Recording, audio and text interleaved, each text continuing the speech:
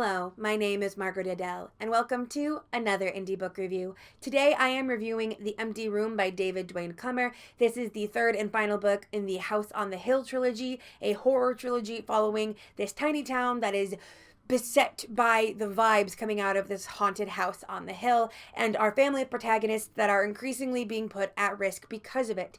This is the third and final book, and so it does follow a lot of the fallout of previous books. I will have my link to the review for the first book down in the description below, but for the most part we are talking about some pretty spoilery things from those two books, so if you don't want to be spoiled, you can click off now. Overall, the book it takes a while to pick up, in all honesty. And my biggest issue, we'll start with the critiques first, is the pacing and kind of the actual building of tension, because this book is considerably longer than the books before it by at least 100 pages, if not more. My copy was actually over 500, but it says 400 something in a lot of other sources. So there's a lot, and yet not a lot.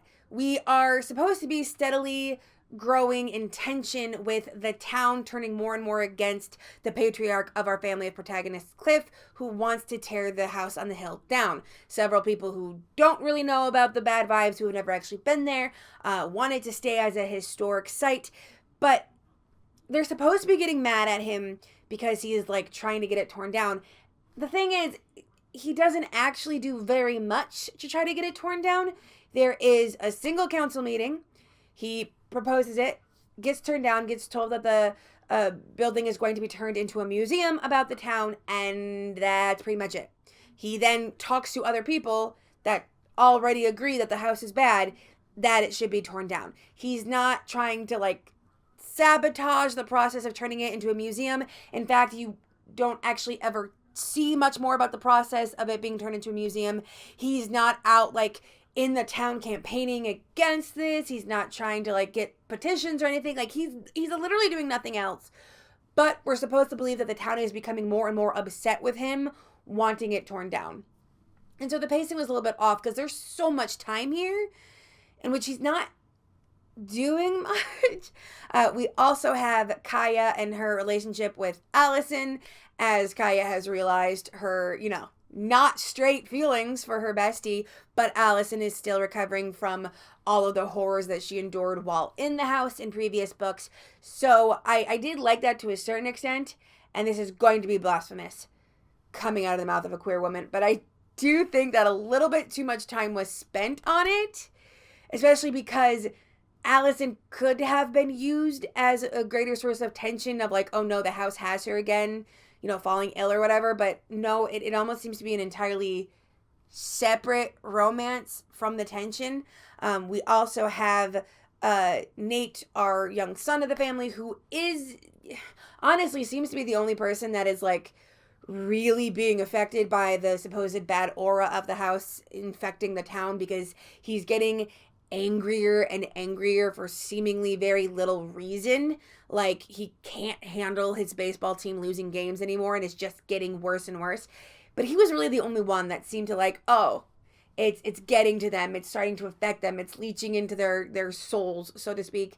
There was a few moments of tension in our creepy maybe dog, maybe hellhound type creature being seen on the property, but it was all really just tiny things. And then it would suddenly explode, and then it would go back to being regular. At one point, they make a reference of, oh, and then what happened that night? And you think it's going to be okay, we're hitting the streak, we're hitting the next level. But then a big thing would happen, and then it's back to business as usual.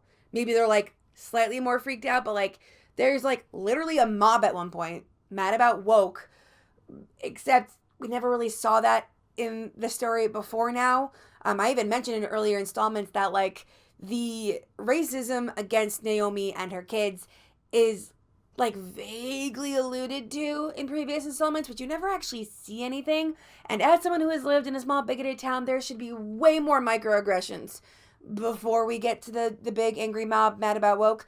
So the tension was just really weird. It would start and stop. In the written review, I actually mentioned that it almost felt like this book was written serially and needed to come back to level and start at the same level every installment almost. We also get a lot more about the antagonist, but I do wish we'd had more about him to begin with, because a lot of the flashback scenes in previous books were flashbacks to like the other creepy things that had happened in the town, not our antagonist himself. And even though we suddenly get a lot more of him in this book, it still doesn't explain things terribly well. Like, I don't know where his abilities come from. Like, it's vaguely alluded to that he's like maybe feeding off the evil aura that already exists in the house, but like, why does the house have that? Like, there's a lot of stuff that's just not explained, and that wouldn't necessarily be such a big thing, except, again, my copy of this book was over 500 pages. The regular book, as far as I can tell, in other versions is probably 400 something, and so that's a lot of pages to not have stuff explained, to just have a lot of small town life. Especially when, again, it's a trilogy, we've had plenty of small town life. I actually praised the book for the setting being like a character early on. As someone who, again, I've lived in a town so small, there was a cornfield next to the Target, like literally right next. Cornfield, parking lot, Target. Dead serious. It felt like we were focusing on it a little bit too much this time. Like, okay, we've established the setting, now move on to the tension. But just a lot of starts and stops in that. But when it did finally kick off, last 100 pages or so, and it finally went, and we're in it, and we're in the prolonged battle, we're in the house, we're facing the antagonist, that was excellent. That one, I barely even noticed the pages flying by when we finally got there. And despite the fact that the blasphemy of me thinking I might have had too much focus, I did like Kaya and Allison's relationship. I do think it was done very respectfully, which, I don't know the author's sexuality necessarily. I was checking to be like, rainbow flags anywhere? Did not see any. But at one point in time, I was praising a quote-unquote straight male author for writing such great sapphic romance, and then she later came out as trans. Hi, Morgan. I know you still watch some of these. So as far as I can tell, this is not an out queer man writing this relationship, but was still done very respectfully. I appreciated that. It was some excellent sapphic pining, okay? It's the superior form of pining. I have very high standards for it.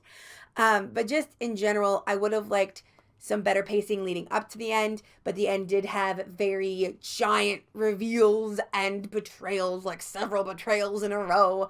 I just wish the ride to get there had been a little bit more, not necessarily smooth, this is a horror, but like a little less start and stoppy, a little less jagged in terms of pacing and tension. Overall, I do still think that the ending makes it worth it, and I am a very big stickler for endings, which might also be why I'm coming across as a little bit more critical of this one than the previous two installments. I'm huge on how a series gets ended. For me, it makes or breaks a series overall. But the very, very end of this book was very well done. You have one of those bittersweet epilogues where things are maybe better, but also grieving in a lot of ways. And I really do like that kind of ending for horror, just because I feel like if you have a really good horror that really ups the stakes, you're not unchanged after that. It's not all happy ending yay after that. And this book really does seem to have that style of ending, with the bittersweet, with the what we have gained, what we have lost aspect. So overall, if you have liked the trilogy up until now, you will probably continue to like this installment. Again, big fan of the sapphic relationship.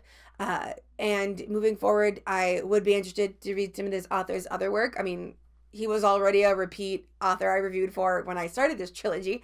But regardless, a pretty decent ending to the horror trilogy of The House on the Hill. Thank you so much for watching.